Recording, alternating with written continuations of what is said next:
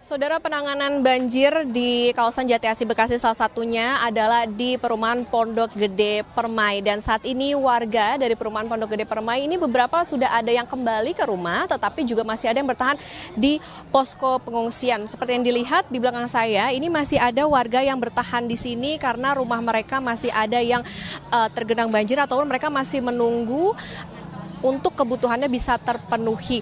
Di posko ini saudara, di posko BNPB ini memang sejumlah kebutuhan terus diupayakan untuk disuplai untuk para korban banjir, begitu sehingga apa yang mereka butuhkan terutama dari segi persiapan ketika mereka akan kembali ke rumah untuk membersihkan sisa-sisa banjir ini bisa terpenuhi seperti logistik dan lain sebagainya.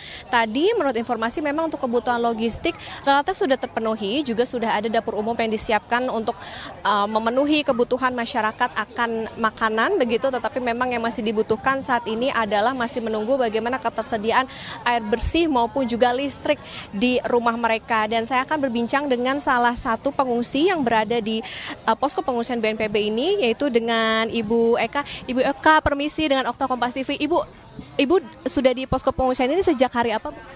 Sejak hari, kan kejadian tanggal 3, aku kesininya tanggal 4.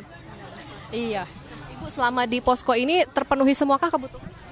Alhamdulillah untuk makanan, minuman, logistik, alas tidur dan segala macam terpenuhi. Cuman memang agak kekurangannya itu air bersih ya. Jadi kalau kita ke kamar mandi itu agak kurang untuk air bersihnya gitu.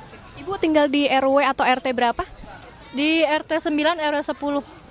RT 9 RW 10 itu banjirnya ketinggian berapa, Bu? Kalau untuk tepatnya saya kurang tahu ya, tapi saya dapat informasi dari tetangga itu, jadi atap yang paling bawah itu asbesnya sudah tidak terlihat, terus di lantai 2 itu kayak ada kerai bambu itu sudah setengah menutupi, jadi perkiraan sudah ada orang dewasa lah seperti itu. Jadi lebih parah dari tahun 2020 kemarin. Ibu sendiri tinggal di Pondok Gede Permai ini sudah dari tahun berapa? Kemudian kalau melihat banjir yang tahun ini seperti apa, Bu? Saya sejak menikah di tahun 2006, saya tinggal di sini. Jujur untuk yang paling parah itu 2025. Dari 2020 itu banjir terakhir hanya sampai di BNPB saja airnya. Tapi pas tahun 2025 itu air sudah sampai ke pertigaan Cipendawa. Jadi air udah cukup tinggi gitu. Kalau tahun 2020 di lantai 2 tetap kena sepinggang. Mungkin di 2025 ini bisa jadi lebih dari sepinggang, itu sekitar 5 meteran lah. Ibu Eka di sini di pengungsian bersama dengan anak-anak ya, Bu ya, bersama dengan keluarga, apa yang sangat dibutuhkan terutama untuk anak-anak? Berarti tidak sekolah dulu ya, Bu ya, atau libur ini? Iya benar. Kalau misalkan untuk kebutuhan sih ya, untuk alat sekolah sih kemungkinan tidak terselamatkan ya untuk karena memang kita packing, kita bawa alat-alat itu di atas, ternyata atas itu kena gitu. Jadi ya pasti alat sekolah, perlengkapan sekolah seperti seragam atau seperti sepatu, ya itu udah mungkin tidak terselamatkan lagi gitu. Jadi ya butuhnya itu alat tulis, perlengkapan sekolah, peralatan sekolah gitu. Sudah sangat dibutuhkan tentu ketika kembali ke rumah, listrik dan juga air bersih. Iya betul, pasca banjir itu banyak banget yang kita butuhkan, Mbak, kayak alat kebersihan, kayak air bersih. Kalau misalkan listrik pun nyala, kita belum tentu langsung bisa nyalain air, Mbak, gitu.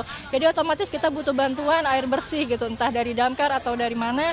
Yang penting kita butuh air bersih dulu untuk bisa menyegerakan, membersihkan lumpurnya dulu. Jadi kalau misalkan jangan sampai nunggu kering, karena kalau udah kering udah susah banget untuk dibersihkan gitu, Mbak. Untuk sementara akan bertahan dulu ya, Bu ya di sini? Iya, insya Allah kayaknya akan bertahan dulu sampai istilahnya benar-benar aman gitu, Mbak. Baik, Ibu Eka, terima kasih. Kami doakan tentunya segera tertangani dengan baik ya, Bu ya. Nanti proses pembersihannya juga dengan cepat. Semoga Ibu dan keluarga juga sudah bisa kembali beraktivitas dengan normal kembali. Terima kasih, Ibu Eka.